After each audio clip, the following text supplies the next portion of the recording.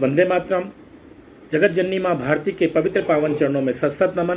स्वामी विवेकानंद के पवित्र कर कमलों में बारंबार कोटिश नमस्कार। युवा संस्कार शिविर में एक हम विषय को लेकर आज आपके समक्ष हाजिर हुए हैं। सफलता के सोपान। किसी भी व्यक्ति के जीवन में सफलता बहुत महत्वपूर्ण होती है। स्वामी विवेकानंद का बड़ा प्रसिद्ध वाक्य है, उत्तिष्ठ जागृत प्राप्य वरानी बोधत। उठो, जागो और जब तक मत रुको जब तक कि आपका लक्ष्य प्राप्त न हो जाए।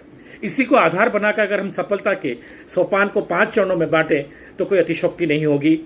हमारी संकल्प शक्ति, हमारे प्रयास, ध्येय और लक्ष्य तक के प्रति समर्पण, हमारा आत्मचिंतन और आदर्श हमारे जीवन का आदर्श। साथियों, अगर कोई संकल्प हमने मन में ले लिया तो उस संकल्प की साधना में हमको रत रहना पड़ेगा। उस संकल्प को हमको जीवन भर अपने उस संकल्प को हमारे अंदर बना कर रखना पड़ेगा कि मुझे ये इच्छित संकल्प है, ये इच्छित लक्ष्य मुझे प्राप्त करना है। आपको ब्रूस ली का नाम सुना होगा। 1970 में उसने एक संकल्प लिया कि मुझे 1980 तक हॉलीवुड का सुपरस्टार बनना है। उसने अपने खुद के नाम पे एक पत्र लिखा और अपने जेब में रखने लगा उस पत्र को। जब भी अपने दाहिने हाथ अपने जेब में जाता तो उसे वो पत्र याद आता, उसे अपना संकल्प याद आता। दोस्तों, आपको आश्चर्य होगा, 1973 में वह बॉलीवुड का सुपरस्टार बन गया। यानी संकल्प हमारे मन में, हमारा संकल्प, इच्छित संकल्प हमें बार बार याद होना चाहिए कि हमें उस लक्ष्य तक पहुंचना है। और उसके लिए हमारे प्रयास क्या है। केवल लक्ष्य या संकल्प बना लेने से आपको उसकी साधना नहीं हो जाएगी। उसके निरंतरता आपके जीवन में होनी चाहिए। उसके लिए आपके प्रयास निरंतर होने चाहिए। और प्रयास कैसे होंगे, उसके लिए आपको असफल होना होगा। आपको सुनकर बड़ा अटपटा लग रहा होगा कि सफलता के लिए सफलता होना पड़ेगा। साथियों, आपको लक्ष्य अगर 95% लाना है अगर आपको, तो आपको 98% के लिए असफल होना पड़ेगा। जिस दिन आप 98% के लिए असफल होने लग जाएंगे उस दिन आप 95 अचीव करने लग जाएंगे। अगर आपको 100 मीटर की बाधा दौड़ में जीतना है तो आपको अपना प्रयास 200 मीटर का करना पड़ेगा। अगर आप 200 मीटर में असफल हो जाओगे तो 100 मीटर की बाधा दौड़ जीत जाओगे। यानी आपको अपना लक्ष्य से ऊंचा टारगेट आपको रखना पड़ेगा। जो आप चाहते हो उससे ऊंचा लक्ष्य आपको रखना पड़ेगा और उसके लिए सतत आपको प्रयास करने पड़ेंगे। तीसरा है, आपको उस ध्येय तक, लक्ष्य तक पहुंचने के लिए क्या करना पड़ेगा कि आपका वह लक्ष्य स्पष्ट हो, आपका वह प्रयास स्पष्ट हो।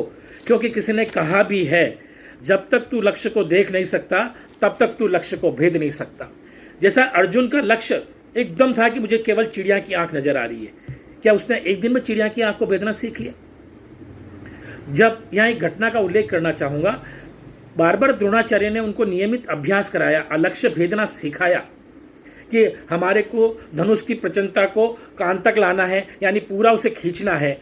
लक्ष्य अगर हमारा वो है तो हमें उसकी साधना करनी है। उस लक्ष्य को भेदने के लिए हमें उस लक्ष्य से ऊपर का टारगेट रखना है। गुरुत्वाकर्षण के नियम के अनुसार अगर हमें 11 फीट के ऊपर अगर किसी लक्ष्य को भेदना तो 12 फीट के ऊपर तीर चलाना सीखना पड़ेगा तब, क्योंकि गुरुत्वाकर्षण से वो 1 फीट नीचे आकर उसको तीर को भेद पाएगा। यानी हमें हमारे लक्ष्य तक भेदने के लिए, लक्ष्य तक जाने के लिए हमारे को ये मालूम होना चाहिए कि वह लक्ष्य कैसे हिट किया जा सकता है। उसके लिए सतत साधना करनी पड़ेगी। और सबसे बड़ी बात है आत्मचिंतन। कभी कभी हमको ये देखना पड़ेगा कि हमारे से कहाँ गलतियां हुई, हमारे उस तक पहुंचने में जो हमारी गलतियां हुई, अगर उसका हम आत्मचिंतन करने लगेंगे, शांति से मौन अवस्था में बैठकर अगर हमने आत्मचिंतन किया तो हम उस गलतियों को सुधार पाएंगे, रेक्टिफिकेशन कर पाएंगे और निश्चित ही हम पुनः अपने लक्ष्य तक पहुंचने के लिए प्रेरित हो पाएंगे। आपने देखा होगा पृथ्वीराज चौहान, महाराणा प्रताप, ये सब लक्ष्य भेदी बाण, शब्द भेदी बाण चला सकते थे। क्या वह एक दिन में सीख गए? उन्होंने निरंतर निरंतर निरंतर प्रयास किया। यहाँ सचिन तेंदुलकर का एक उल्लेख करना चाहता हूँ। बेन हॉग ने उनको एक बॉल पर, जब पहले टेस्ट में डेब्यू कर रहा था तो उसने उसको आउट कर दिया फर्स्ट ओवर में और उसने सचिन तेंदुलकर को चिढ़ाया। वहाँ सचिन तेंदुलकर ने ड्रेसिंग रूम में जाकर उसको बोला, ये तेरे जीवन का अंतिम अवसर है। साथियों, जब तक सचिन तेंदुलकर टेस्ट क्रिकेट खेला, वनडे क्रिकेट खेला या आईपीएल खेला, बेन हॉग उनका विकेट नहीं ले पाया, क्योंकि उन्होंने अपनी उस गलती को सुधार कर लिया। ये हमारा होता है टारगेट कि मैं इस चिंतन का, ये हमारा आत्मचिंतन है कि मेरी जो गलती है उसको मैं सुधार दूंगा और भविष्य में वो गलती रिपीट नहीं होगी। और कभी कभी हमारे जीवन में ये होता है कि हम कुछ लक्ष्य प्राप्त नहीं कर पा रहे हैं, तो आपको मेरिट और डीमेरिट एक कागज़ रखिए, उसको कोई लक्ष्य को रखिए कि इसकी क्या क्या मेरिट हो सकती है, इसको पाने में मुझे क्या क्या मेरिट्स होगी और क्या क्या डीमेरिट होगी। और मेरिट और डीमेरिट को अंक देते चलिए और लास्ट में टोटल लगा दीजिए। अगर मेरिट की टोटल ज़्यादा आती है तो उस काम को आपको करना चाहिए। डीमेरिट की टोटल अगर ज़्यादा आती है तो हमको कहाँ सुधार करना है, उस सुधार पर, उस पर अपना फोकस करिए और पुनः आपस प्रयास करिए, तो निश्चित ही सफलता आपके हाथ में आएगी। और सबसे बड़ी बात है हमारे संस्कार क्या है, क्योंकि साथियों बहुत बड़ी सुंदर बात किसी ने कही है, संस्कार से हमारे विचार बनते हैं, विचार से हमारा व्यवहार बनता है, व्यवहार से हमारा आचरण, व्यवहार से हमारा काम करने की शैली, हमारा व्यापार, हमारा प्रसिद्धि बढ़ती है, और प्रसिद्धि बढ़ती है तो हमारी सफलता बढ़ती है। और साथियों सफलता दोनों हाथों में कुछ न कुछ लेके आती है। एक हाथ में वह धन लाती है, इच्छित लक्ष्य लाती है, और दूसरे हाथ में हमारे को प्रसिद्धि, मान, सम्मान, धन और वैभव बताती है। पर इसके विपरीत असफलता दोनों खाली हाथ आती है और सब कुछ लेकर चली जाती है। अगर आपको सफल होना है तो आपको संस्कारित होना पड़ेगा। संस्कार से ही आपका विचार, व्यवहार, व्यापार सब कुछ बढ़ेगा। तो आपको अगर संस्कारित हैं और आपने पांचों चीज़ों को अगर अपनाया है तो ऐसी कोई ताकत नहीं है कि वह आपको उस सफलता तक जाने से रोक सकती है। पुनः आप सब लोगों से अपने एक ही निवेदन करूंगा कि अपने सफलता के लिए, इच्छित लक्ष्य के लिए अपना तन्मयता से उसके साथ बैठिए। स्वामी विवेकानंद की वो बात सुनिए, जब 25, 26, 27 दिसंबर 1892 में स्वामी जी ने श्रीपाद शिला पर तन्मय समाधि लगाई।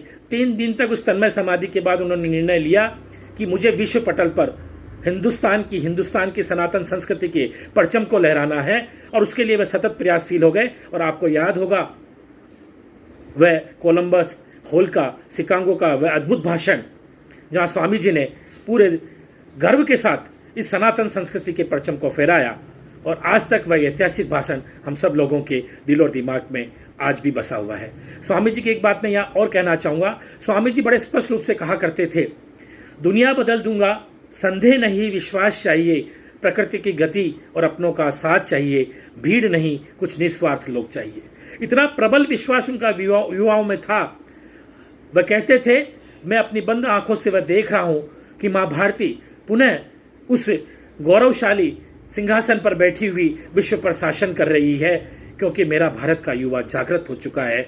अब वह दिन आ चुका है कि मेरा ये युवा उसे परिवर्तन की उस नई राह पर ला रहा है। और साथियों आज पूरा विश्व भारत की युवा शक्ति की तरफ देख रहा है। तो मैं पुनः आप सब युवा शक्ति से निवेदन करूंगा कि अपने इच्छित लक्ष्य को पाने के लिए अपने आप को केंद्रित करिए। सफलता आपके कदमों में होगी। सर्वे भवन्तु सुखिनः, सर्वे सन्तु निरामया, सर्वे भद्राणि पश्यन्तु, माँ कश्चित् दुग्धात् भवेत्। जय भारत, जय भारत माँ।